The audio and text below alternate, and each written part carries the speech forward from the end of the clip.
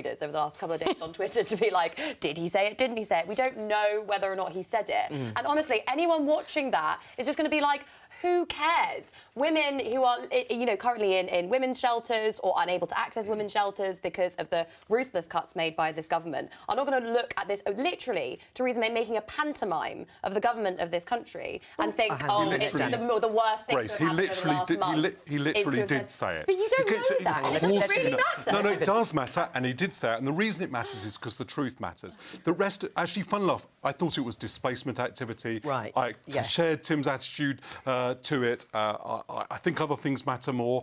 But what does really matter are people both deny, you know, he denied to Parliament something that you can see. He said, I had this experience as a Jew when he said he claimed that he wasn't there with this wreath. There was a picture of him with the wreath, right? And so you begin to think, what are we even arguing about if we can't agree basic bits of truth? You saw him on television. You know he said that. All right, well, let's just talk. Hang on. No, come hang on. We're going to Grace. I'm going to pick up. We're going to pick up on the displacement theory, because in fact it unleashed a barrage of criticism, scenes that I haven't seen for years, ever, I don't think, in the House of Commons. Explain, Danny, what happened and why there is so much hostility towards the Speaker, John Bercow. I'm afraid, although the reason for it was because John Bercow had previously said those words about Andrea Leadsom, the truth is it was a pantomime. It wasn't a very edifying scene, the whole fuss that was made. They went on and on about it. Recognised it.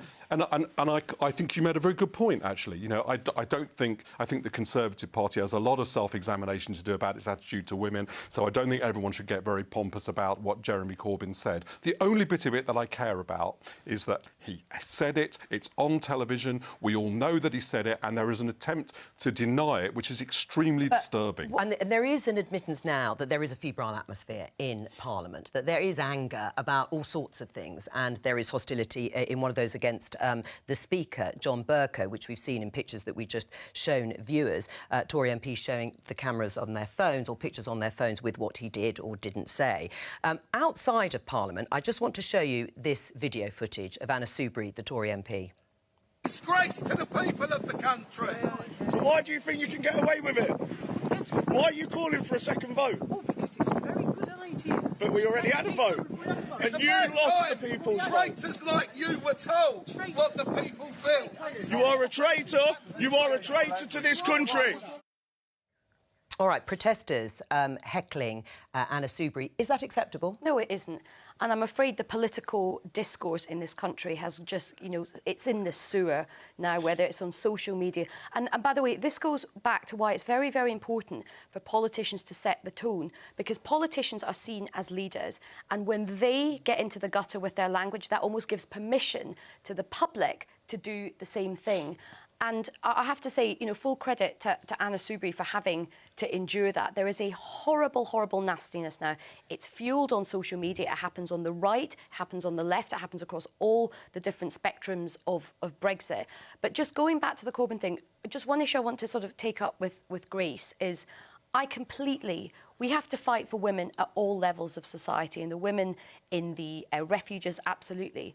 But as somebody who's worked in politics for 20 years' time, for a long time, and there's so much structural disrespect for women in politics, it also matters at the absolute top of politics as well.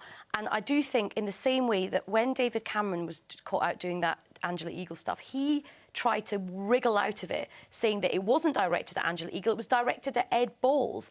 And I do think one of the things about Corbyn is he's meant to be known for straight-talking politics.